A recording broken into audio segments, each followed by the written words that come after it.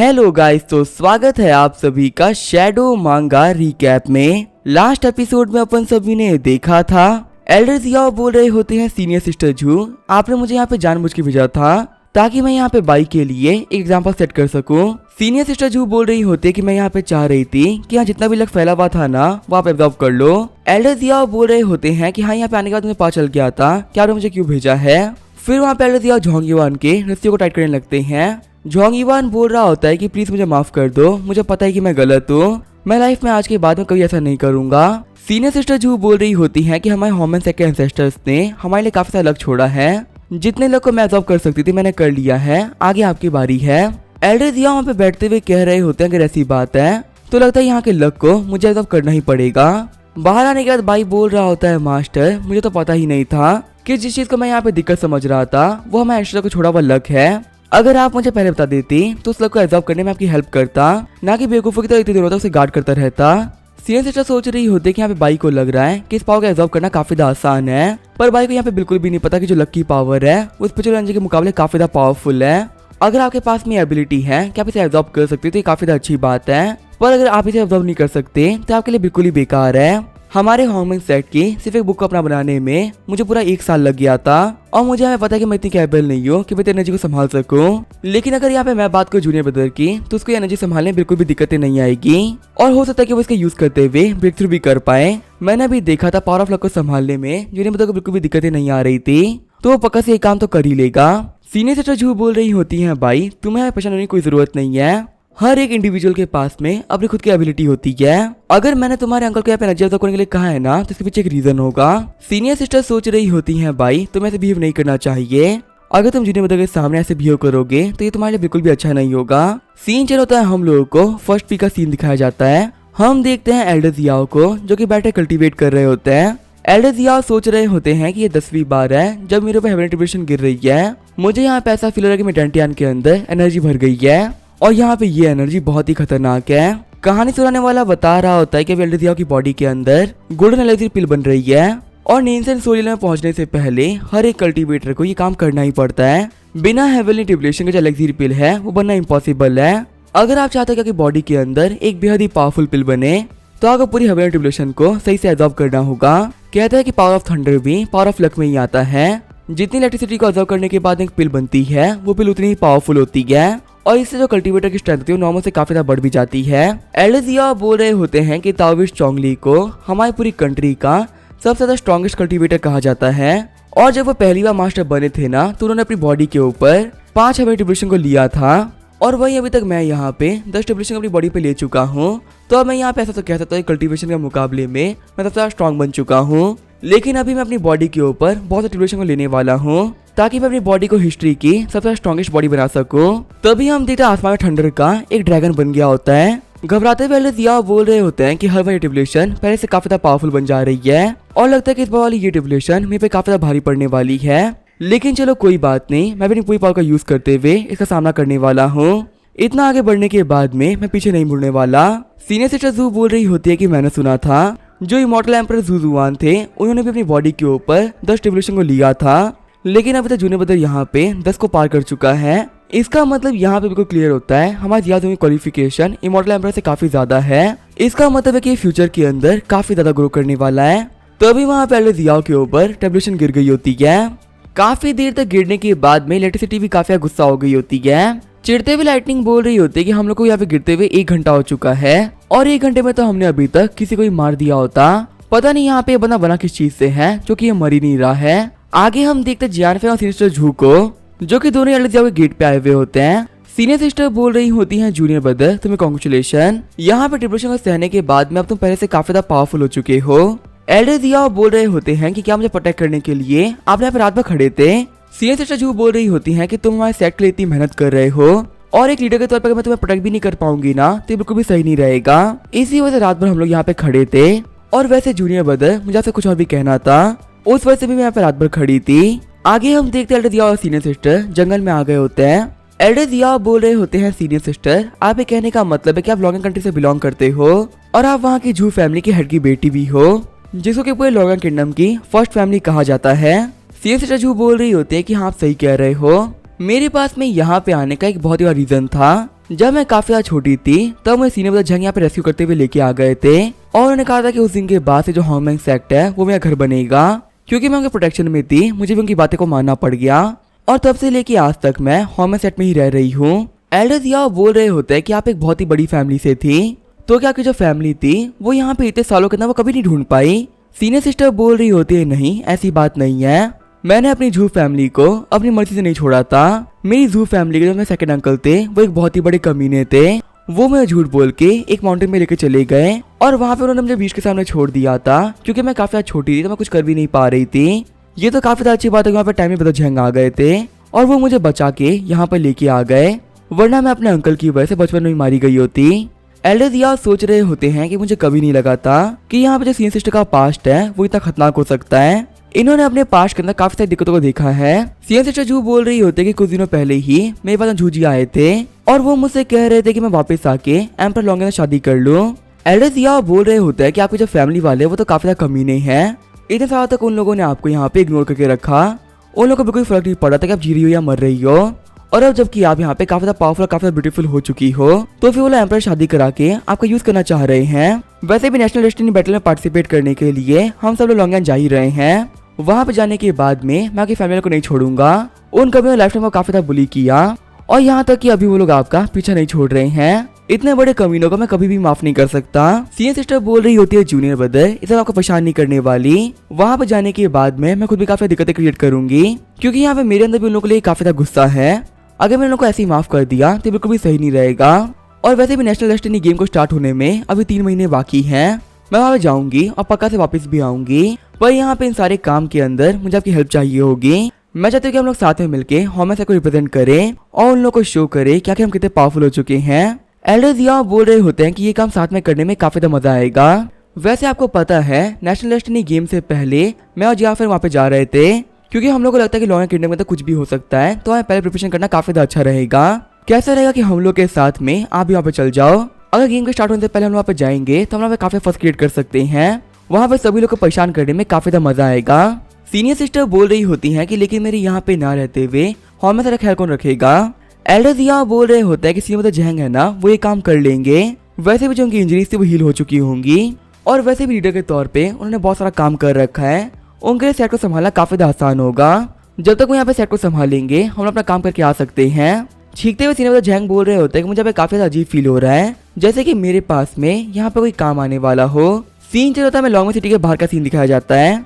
Elders याओ बोल रहे होते हैं कि यह लॉन्गमैन सिटी जो कि हमारे दयान कंट्री की बॉर्डर है, इसको यहाँ पे पार करने के बाद में हम लोग लॉन्गयान जा सकते हैं। वह सीनियर सिस्टर का जो घर है वो दासू के अंदर है जो कि लॉन्गयान से भी काफी दूर आता है। यहाँ पे हमें सफर के अंदर बहुत सारी कंट्रीज को पार करते हुए जाना पड़ेगा और अगर हम लोग को इस डिस्टेंस को जल्दी ट्रेवल करना है तो हम लोग टेलीपोर्टेशन एरे का भी यूज करना पड़ेगा। दासू जाने के लिए जो टेलीपोर्टेशन एरे है वो यहाँ पे लॉन्गमैन सिटी के अंदर है और यहाँ से वहाँ जाने में काफी कम टाइम लगने वाला है। वैसे आपको पता है मैंने मीरी को ऑलरेडी यहाँ पे भेज दिया था ताकि वो सिटी लॉर्ड को बता सके कि हम लोग यहाँ पे आने वाले हैं। पक्का से यहाँ के सिटी लॉर्ड होंगे, वो गेट पे हमारा वेट कर रहे होंगे। बाद में ताविश चॉन्गलिंग और ये फैन है वो मीरी के साथ में यहाँ पे आ जाएंगे। वैसे भी लॉन्गमैन सिटी के अंदर मेरी काफी अच्छी पहचान है, किसी को भी यहाँ से ट्रेवल करने में बिल्कुल भी दिक्कत नहीं आएगी। तो अभी हम लेते हैं हॉन्गमैन सिटी के सिटी लॉर्ड को जिनका नाम होता है जैन हेमिंग। जैन हेमिंग बोल रहे होते हैं एल्डर्स याओ आपका मेरी सिटी में स्वागत है, आपसे मेरे सच में काफी लंबा टाइम हो गया। एल्डर्स याओ बोल रहे होते हैं कि आपको एम्परर ने पक्का से बता दिया होगा कि हम यहाँ पे सिटी के फॉर्मेशन को यूज करने वाले हैं ताकि हम टेलीपोर्ट करते हुए दासू जा सके। जैन हेमिंग बोल रहे होते हैं एल्डर्स याओ प्लीज हमें माफ कर दीजिए, जैसा कि आपको पता है कि हमारे लॉन्गमैन सिटी का जो टेलीपोर्टेशन एरे है उसे हम साल के अंदर सिर्फ 2 बार ही यूज कर सकते हैं। जो प्रिंसेस हीला ने लॉन्गयान किंगडम की उन्होंने टेलीपोर्टेशन एरे को कब्जे में कर लिया है और सिर्फ उन्होंने यहाँ पे टेलीपोर्टेशन एरे को ही नहीं बल्कि लीदिया मेंशन को भी अपने अंडर में कर लिया है। हमने टेलीपोर्टेशन एरो को हासिल करने के लिए काफी ज्यादा मेहनत करी लेकिन इनमें कोई फायदा नहीं हुआ। जो प्रिंसेस हीला है वो काफी ज्यादा पावरफुल है, उनके सामने पे जो बंदा खड़ा होता है ना वो उसको मरवा देती है, इसी वजह से हम लॉन्गमैन सिटी के लोग कुछ भी नहीं कर पा रहे। एल्डर्स याओ बोल रहे होते हैं कि प्रिंसेस ईलान के पास टेलीपोर्टेशन एरे है, वैसे हम लोग के टेलीपोर्टेशन एरे वापस नहीं चाहिए। आप लोगों ने क्या उनसे बोला कि टेलीपोर्टेशन एरे मुझे यूज करना है, मेरा जो मैटर है वो काफी ज्यादा अर्जेंट है तो मुझे वहाँ पे जाना ही होगा। जैंग हेमिंग बोल रहा होता है कि हमने प्रिंसेस को बताया था कि हम लोग को नेशनल डेस्टिनी वॉर में पार्टिसिपेट करने के लिए जाना है, पर उन्होंने कहा कि वो फ्लाइंग बोट में ट्रेवल कर करके काफी थक चुकी हैं और वो इस फॉर्मेशन को हमें वापस नहीं देने वाली। इसका यूज करते हुए अपनी मन मर्जी कभी भी आ सकती है जा सकती है और जब हमने उनको फोर्स किया कि नेशनल डेस्टिनी वॉर के लिए ये काफी ज्यादा इंपॉर्टेंट है तो फिर उन्होंने कहा कि हम लोग 6 क्लास की डायनेस्टी है और यहाँ पे इस गेम के अंदर पार्टिसिपेट करे या ना करे इसे किसी को फर्क नहीं पड़ेगा। वैसे भी यहाँ पे जीतने वाला तो लॉन्ग किंगडम ही है और यहाँ पे जितने भी रिसोर्सेज है वो उन्हीं को मिलेंगे, तो हम लोग अपना टाइम वेस्ट करने की कोई जरूरत नहीं है और हम वहाँ पे ना ही जाए तो बेटर रहेगा। एल्डर्स यहाँ बोल रहा होता है कि यहाँ पे प्रिंसेस ने हद पार कर दी है, मुझे उनके पास में लेकर चलो, मुझे भी देखना है कि आखिर प्रिंसेस है कौन। सीन चलता है हमें लॉन्ग सिटी के सिटी लॉर्ड का मैच सीन दिखाया जाता है जहाँ पे गेट के ऊपर एक काफी पावरफुल फॉर्मेशन बनी हुई होती है। हेमिंग बोल रहा होता है कि हम लोग प्रिंसेस ईरान से मिलने के लिए आए थे। गेट कीपर बोलता है जो प्रिंसेस है ना वो यहाँ पर नहीं है, तो फिर तुम उन लोगों से मिलने के लिए बाद में आना। एल्डर्स यहाँ बोल रहे होते हैं कि हम लोग एक काफी जरूरी मैटर पर डिस्कस करने के लिए आए हैं, इसी से प्रिंसेस से बोलो कि उसे मिलने के लिए आए और हम लोग को तुम यहाँ पर न जाने दो। गेट कीपर बोल रहा होता है कि तुम्हें झूठ बोलने का कोई फायदा नहीं है, असल में जो हमारी प्रिंसेस है वो अंदर ही है, लेकिन उन्होंने यहाँ पे पैलेस के अंदर एंटर करने के लिए रूल बना रखा है। उन्होंने कहा था कि दायन किंगडम के लोग और डॉग्स यहाँ पे एंटर नहीं कर सकते, तो इसी वजह से अब तुम ये बात समझ गए होगे, यहाँ से बाहर निकल जाओ, चाहे कुछ भी क्यों ना हो जाए मैं तुम्हें एंटर नहीं करने दूंगा।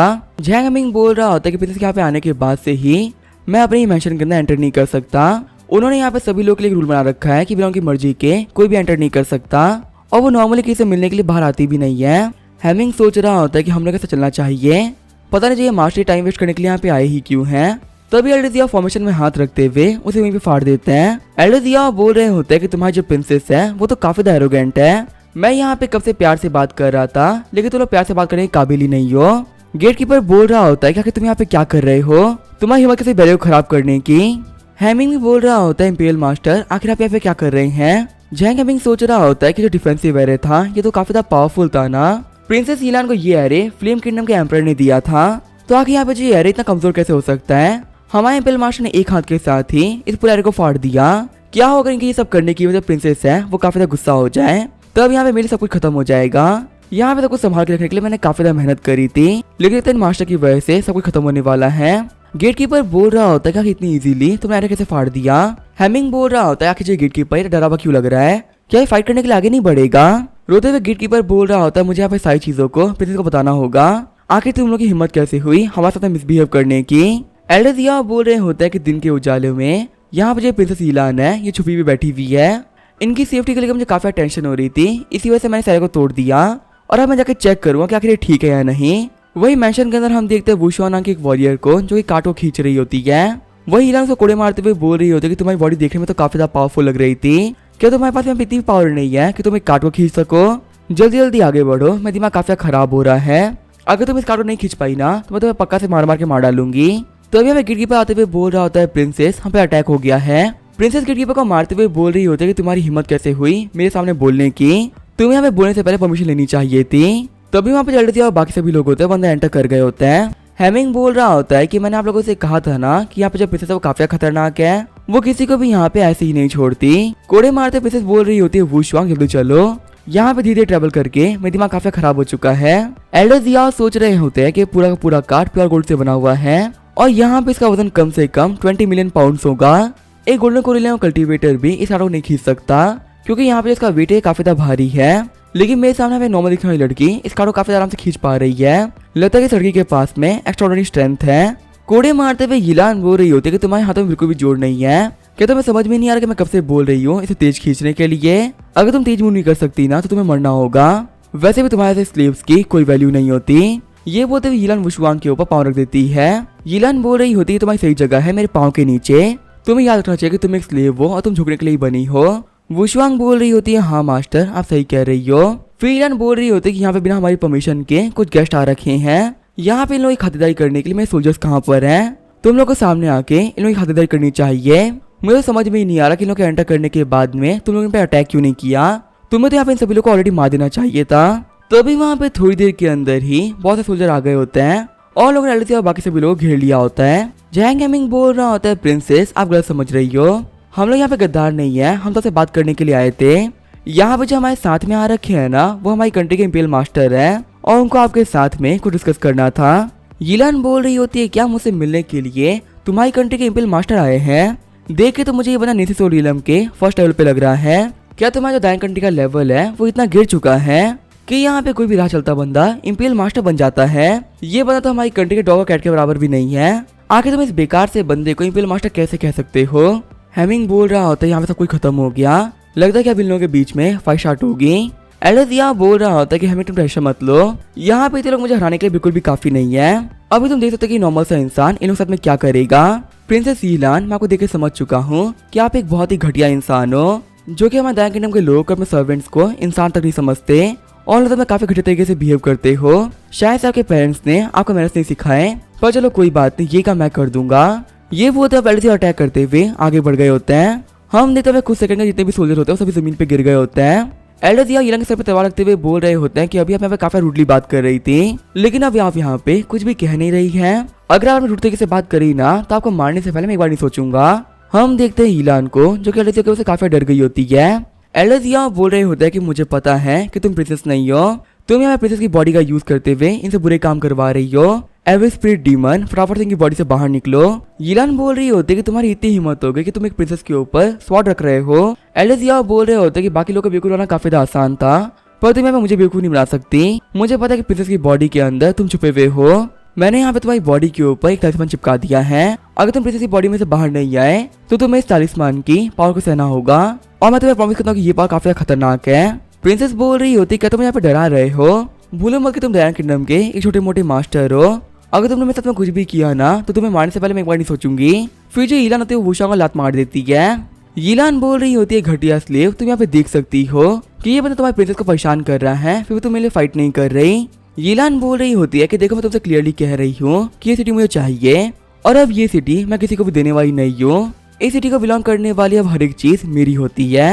एल्डर बोल रहे होते हैं लगता है कि बॉडी के अंदर जो एविल स्पिरिट है वो मानने नहीं वाली। ना चाहते हुए मुझे यहाँ पे एक बेहद ही खतरनाक टेक्निक का यूज करना ही होगा, वरना फिर ये एविल स्पिरिट आपकी बॉडी पे कब्जा कर लेगी। प्रिंसेस मुझे माफ करेगा, अब आपको यहाँ पे काफी दर्द होने वाला है। ये बोलते हुए एल्डर प्रिंसेस के ऊपर एक काफी खतरनाक अटैक कर देते हैं, जिसकी वजह से प्रिंसेस ईलान अपने घुटनों पे आ गई होती है। कांपते हुए ईलान बोल रही होती है कि मेरे सर में मुझे काफी दर्द हो रहा है, आखिर यहाँ पे तूने मेरे साथ में किया क्या? एल्डर बोल रहे होते अगर मैं चाहूँ ना तो मैं तुम्हारी एग्जिस्टेंस को इस बॉडी के अंदर से हमेशा के लिए मिटा सकता हूँ, लेकिन ये तो काफी ज्यादा बेकार बात है। अगर मैं तुम्हें खत्म किया तो यहाँ प्रिंसेस की बॉडी के ऊपर भी काफी खतरनाक इम्पैक्ट पड़ सकता है, और हो सकता है कि प्रिंसेस भी हमेशा के लिए पागल हो जाए। तो अब तुम्हें पता है तुम्हारा सबसे बड़ा सीक्रेट मेरे पास में है, तो कैसे बिहेव करना है सोच लो। अगर तुमने यहाँ पे सही तरीके से बिहेव नहीं किया ना तो तुम्हें खत्म करने में मुझे 1 सेकंड नहीं लगेगा। ईलान बोल रही होती है ठीक है मैं समझ चुकी हूँ, अब से मैं यहाँ पे वही करा करूंगी जो कि तुम कहोगे, बस तुम मेरे बारे में किसी को भी यहाँ पे कुछ भी मत बताना। एल्डर बोल रहे होते हैं तो काफी ज्यादा अच्छी बात है कि यहाँ पे सब कुछ काफी इजीली सॉल्व हो गया। वैसे भी तुम्हें पता है मैं काफी ज्यादा अच्छा इंसान हूँ, जो कि नॉर्मल लड़कियों पे कभी भी अटैक नहीं करता। वो तुम बात ही नहीं मान रही थी, इसे तो तुम्हारे ऊपर अटैक करना पड़ा। ईलान सोच रही होती कि मुझे यहाँ पे इस बंदे के ऊपर काफी गुस्सा आ रहा है, आज नहीं तो कल मैं इसको पक्का से खत्म कर दूंगी। मुझे कभी नहीं लगा था कि डायन किंगडम के अंदर एक इतना पावरफुल बंदा भी हो सकता है। फिर चलाते हुए ईलान बोल रही होती है वुशुआंग आखिर तुम कर क्या रही हो? मैं तुमसे हेल्प भी मांगी थी पर तुम मेरी हेल्प करने के लिए आगे नहीं बढ़ी, कहीं तुम ऐसा भाग तो नहीं गई ना? लेकिन जैसे वो पीछे मुड़ के देखती है वहाँ पे कोई भी नहीं होता। ईलान बोल रही होती है कि आखिर वो वुशुआंग कहाँ चली गई? वही हम देखते हैं वुशुआंग को, जो कि एल्डर के सामने घुटनों पे आ गई होती है। वुशुआंग बोल रही होती है मास्टर मैंने आपकी पावर को देख लिया है, प्लीज मुझे आप अपनी डिसाइबल के तौर पे एक्सेप्ट कर लीजिए। आप मुझे जो भी बोलेंगे ना मैं वही क्या करूंगी। ईलान बोल रही होती है वुशुआंग आखिर तुम क्या कर रही हो? रोते हुए वुशुआंग बोल रही होती है कि मुझे यहाँ पे कब से बुली किया जा रहा है, मैं अपनी लाइफ से काफी ज्यादा परेशान हो चुकी हूँ। मुझे डिसाइबल एक्सेप्ट करने के बाद में अगर आप मुझसे काम भी करवाते तो कोई बात नहीं, अगर आप मुझे बुली नहीं करोगे ना तो मेरे सब कुछ ठीक है। मास्टर मेरी लाइफ के अंदर आप मेरी आखिरी होप हो, अगर आपने मुझे एक्सेप्ट नहीं किया ना तो मैं लाइफ छोड़ दूंगी और हमेशा हमेशा के लिए खुद को खत्म कर लूंगी। एल्डर बोल रहे होते हैं कि मुझे एक रीजन दो कि मैं तुम्हें क्यों एक्सेप्ट करूँ। मेरी डिसेबल बनने के लिए तुम्हें कुछ तो खास होना चाहिए ना। वुशुआंग बोल रही होती है कि मैं फिजिकली काफी ज्यादा पावरफुल हूँ, अगर आप 1000 किलोग्राम भी उठाने के लिए कहेंगे ना तो मैं वो काफी ज्यादा इजीली उठा सकती हूँ, और जो मेरा स्टेमिना है वो भी काफी ज्यादा कमाल का है। मैं आपसे कह सकती हूँ कि ऑर्डिनरी बीस्ट के मुकाबले मेरी बॉडी काफी ज्यादा स्ट्रॉन्ग है, और उनके मुकाबले मैं काफी ज्यादा काम भी कर सकती हूँ। अगर आपको डिसेबल तक मुझे एक्सेप्ट नहीं करना है ना तो भी कोई बात नहीं है, मैं आपके सर्वेंट बनने में भी काफी ज्यादा खुश हूँ, बस आप मुझे यहाँ पे एक्सेप्ट कर लीजिए। शौक होते हुए जियाफेंग सोचो तो इस लड़की ने भी क्या कहा, ये बोल रही कि 1000 किलो काफी इजीली उठा सकती है। मुझे याद है जो ताओ स्ट्रॉन्गली है वो फिजिकल ट्रेनिंग में स्पेशलिस्ट है, वो मेरे सामने अपने डिसाइपल की काफी तारीफ कर रहे थे। वो कह रहे थे कि उनका डिसाइपल है जो कि फाउंडेशन रियलम में है, और सिर्फ फाउंडेशन रियलम में रहते हुए वो 100 किलो का वेट उठा लेता है, जो कि बहुत ही बड़ी बात होती है। और यहाँ पर इस लड़की ने कल्टीवेशन को स्टार्ट तक नहीं किया, और इससे पहले 1000 किलो का वेट आराम से उठा सकती है। तो आखिर यहाँ पे इस लड़की के पास में कितनी कमाल की स्ट्रेंथ है, और क्या फ्यूचर में ताओ स्ट्रॉन्गली के मुकाबले भी काफी ज्यादा पावरफुल बनने वाली है।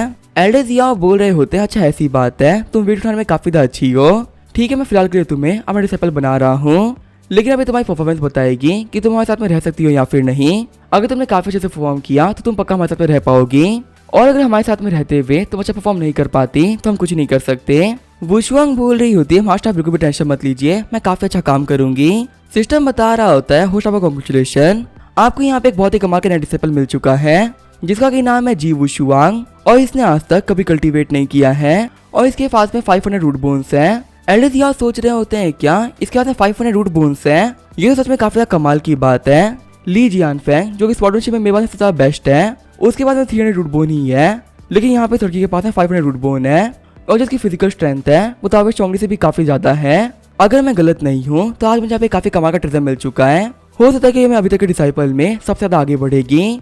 एल्डर्स यहाँ बोल रहे होते हैं कि अब हमारा काम यहाँ पे हो चुका है तो हम लोग 10 चलना चाहिए। प्रिंसेस सोच रही होती है कि फाइनली बंदा यहाँ से जा रहा है, इसके यहाँ जाने के बाद में मैं अपनी मनमर्जी कर पाऊंगी। एल्डर्स यहाँ बोल रहे होते हैं, प्रिंसेस मैं तुमसे भी कुछ कहना था। घबराते हुए प्रिंसेस सोच रही होती है कि अभी क्या बोलने वाला है। एल्डर्स यहाँ बोल रहे होते हैं कि मैं तुम्हारे डीमन को सप्रेस कर दिया है, पर मेरे यहाँ पे ना रहते हुए वो तुम्हारी बॉडी पे पक्का से अटैक करेगा और तुमसे बुरे काम कराने का भी ट्राई करेगा, पर तुम्हें अपने अंदर के डीमन को सप्रेस करके रखना होगा, क्योंकि अगर मुझे पता चला कि तुम्हारे अंदर के डीमन ने यहाँ पे कुछ ये बुरा किया है तो वापस आने के बाद में मैं तुम्हारे अंदर डीमन को पनिश करूंगा। प्रिंसेस सोच रही होती है बंदा काफी ज्यादा खतरनाक है, ये यहाँ पे डीमन के नाम पे मुझ पर अटैक कर रहा है, और इस बंदे की पावर भी काफी ज्यादा है, मैं कुछ कर नहीं सकती, मुझे इसकी बातों को मानना ही पड़ेगा। अब इसका क्या होगा वो हम नेक्स्ट एपिसोड में, तो तब तक के लिए बाय और स्टे ट्यून।